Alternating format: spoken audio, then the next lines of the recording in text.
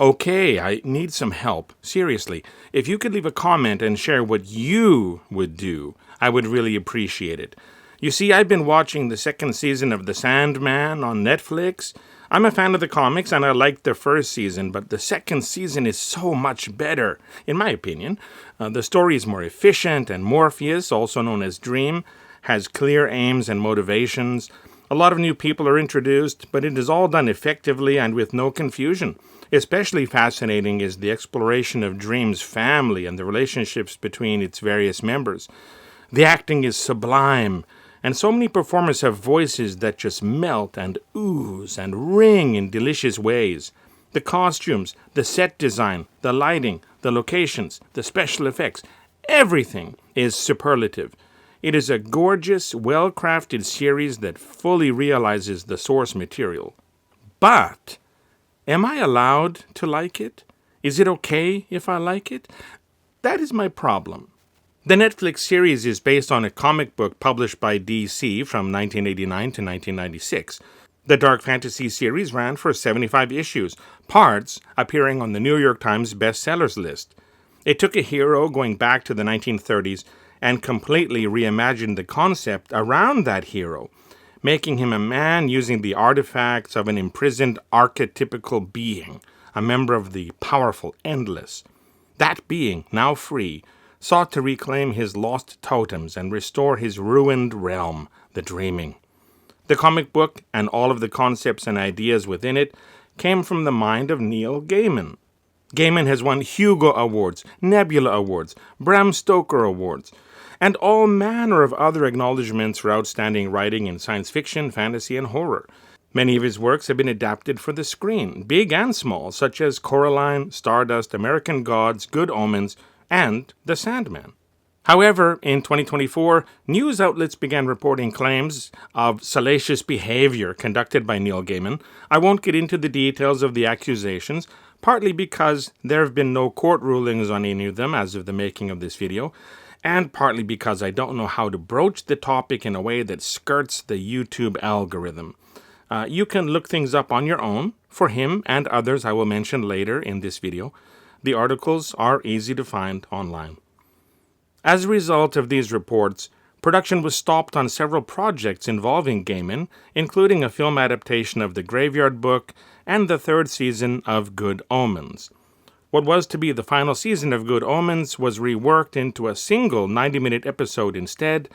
Anansi Boys has apparently been fully shot for a few years now, but unreleased as of yet, although the rest of the second season of Sandman is slated to drop on Netflix after the making of my video. I have read online that some people are calling for a boycott of anything related to Neil Gaiman due to the allegations against him. If everything is ultimately proven true in court, I can see people being turned off by him afterwards. But if you liked the work before you knew about moral failings and crimes of the author, does that mean the work itself is now bad or of lesser quality? Can we separate the artist from the art, or do we have to judge the latter through the lens of the former? For writers, painters, and even singers, I suppose, the works being produced are largely from a singular mind, voice, hand. It seems easy to dismiss the art in those cases because doing so impacts only that solitary artist. Even in those cases, though, if I liked something before distasteful truths came to light, am I a bad person if I still like those things? Do I have to stop liking them once I learn those truths? Should I stop liking Charlie and the Chocolate Factory or certain other works by Roald Dahl if I learn about certain racist elements in the original publications?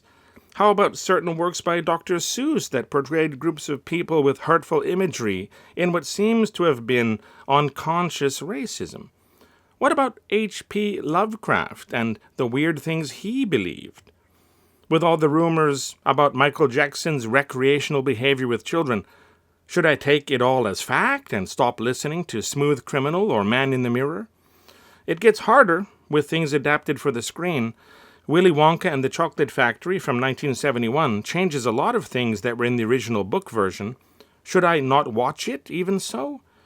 Adaptations for film and television, and I suppose streaming might be more apt term these days, are such massively collaborative endeavors. Screenplay writers, actors, directors, costume designers, makeup artists, set dressers, special effects engineers, camera personnel, lighting technicians, and on and on and on. Are all of those people and the work they do tarnished by whatever controversy surrounds the original author that the work is based on, or by the malfeasance of some higher-up person associated with the production, like a director or executive producer? I liked Jeepers Creepers before I learned of the crimes of Victor Salva and the punishments he received. Does knowing that now diminish the effect of the film or take away from all of the work done by the performers and technicians? Can I still enjoy watching Jeepers Creepers? How about Chinatown or Rosemary's Baby, now that I am fully aware of what Roman Polanski was accused of? Are those films off limits now? Can I admit to enjoying Ender's Game, even after learning more deeply about the political beliefs of Orson Scott Card? I don't even want to think about how many films have Harvey Weinstein's name on them. Even for the Sandman comics, there are pencilers, inkers, colorists, letterers, everyone who contributes to the impressive visual aspects of that medium. Am I not punishing all of them if I boycott Neil Gaiman's graphic novels? Where is the line? I get that supporting such projects might lead to royalty payments, meaning watching, buying, or listening to works associated with distasteful individuals is, in a way, putting money in their pockets. But in the case of film and television, and comics, it also puts money into the pockets of a lot of other people involved with those projects, and it seems unfair to throw a blanket punishment over all of them for the acts of one, as horrendous as those acts may be, of course, once proven in court. So that is my dilemma. Can I like the art and recognize that I don't like the artist? Or do I have to hate the art and artist both? Can I enjoy watching The Sandman? Or do the allegations against Neil Gaiman paint everything connected with him with the same brush? If you could leave a comment and let me know how you feel about this issue, I would greatly appreciate it. Also, if you would consider leaving a like and subscribing to my channel, it would help a lot. Thanks for watching. See you next time.